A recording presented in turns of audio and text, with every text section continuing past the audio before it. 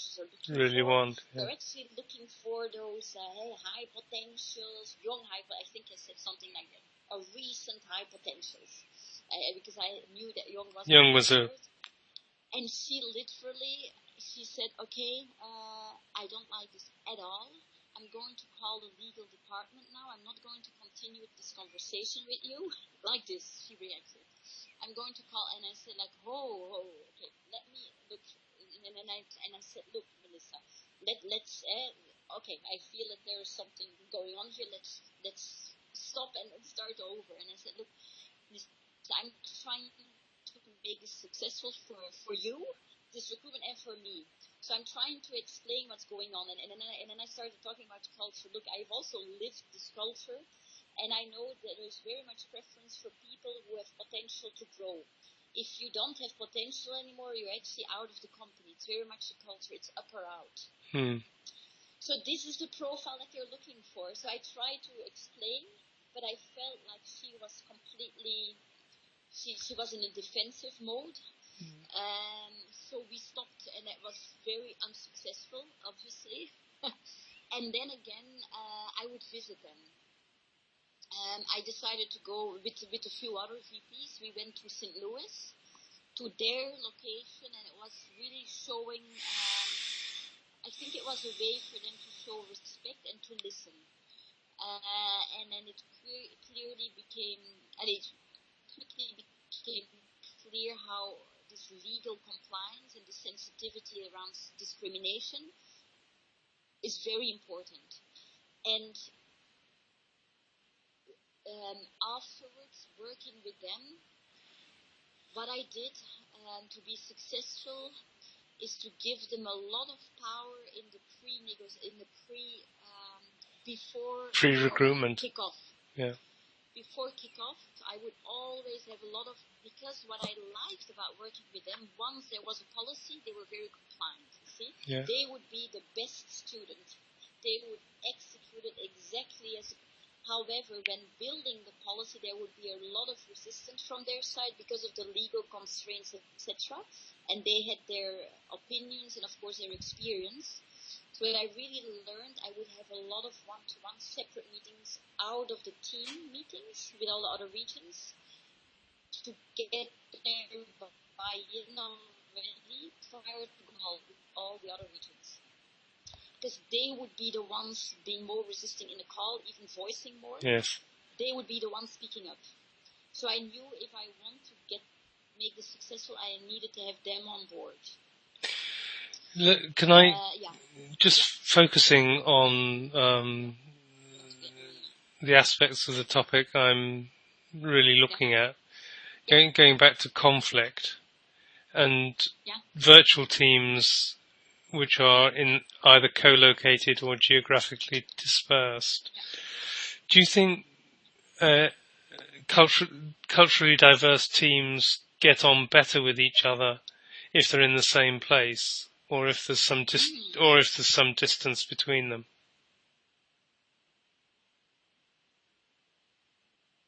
That's an interesting question. Let me just think. Because opinions go both ways. Yeah. You know what? For me, the power of bringing them all together, because they were quite, in our case, they were quite distant. In the sense, because you had the different regions. Yes. They were executing a lot of what came from the global headquarters, and they would do it in there. However, when I brought them together, I felt there was a lot of appreciation, and they were even this, hey, I recognize your problem. Can I learn from you? Can we be in touch? So this is clearly what I saw. Also, what I saw, and this was for me in my global role very powerful, I could see that they started understanding much better why certain things were decided in a certain way. Like, hey, in our area in Brazil, okay, this is how it works. But here in the US or there in China, this is an important reality. And I bringing together in a room or through video call, if they would all be there, you could see them, okay, I understand now better. And then how I played the role, like, hey, there is this mandate, because it was quite top-down, there is a mandate from Brito to have one program around the world. We have to make this happen, guys. So there was this way of, hey, how can we make this happen that it's working for everyone? And by bringing them together, there was much more understanding, and I could see collaboration improved. So for me, the power of having multicultural teams, I think, was very strong. More than having them all separate. For me, it was that would be my experience. So the arguments that some people make that having different cultures working in the same room creates a greater possibility of conflict, more opportunity for conflict. That's not borne out by your experience. No, actually, it's the opposite. It's the opposite. Yeah, because it's easy in their corner, right? If I have a one-on-one with someone in Argentina, let's say, it's easier to say no because they don't have all the others there in the room, right? While if they say no in a room, they will feel like, okay, but if this is what works for everyone else, and I'm just the one, the deal, or then they became much more open to, okay, let's consider it.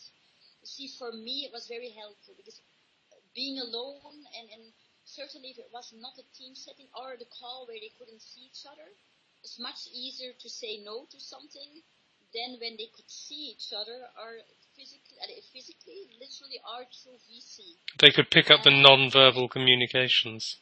Yeah, totally. And for me, much more powerful. So if I wanted to make something happen in a very sensitive project, was around creating one global employer brand that would work for every zone, because Ambev, for example, had their own employer brand of Ambev, which was very strong in Brazil, Quilmes in Argentina, Labatt in Canada.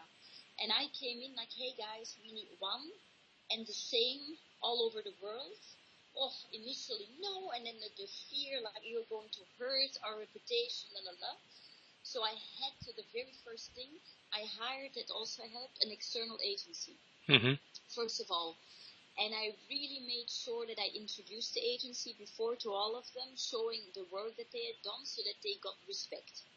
That was important, so that we had a neutral party who could share their experiences of working with other global companies. And then that I still remember, I brought them all. I remember because it was the workshop where I gave birth to Helena. Hard to forget. To bring them all together, because it was such, and they were all saying no to everything, like they didn't even want to discuss it. You see, like, this is dangerous, you're going to hurt our reputation.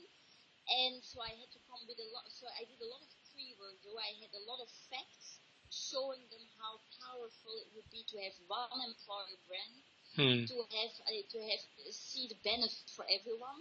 So that is a lot of work that I did beforehand, and selecting the agency, and then bringing them together with the agency. And that really, it was very successful, because they saw the other reactions, or they saw how others would be excited about the proposal. Like, oh yes, this looks amazing. And of course, if there are a few having this impact.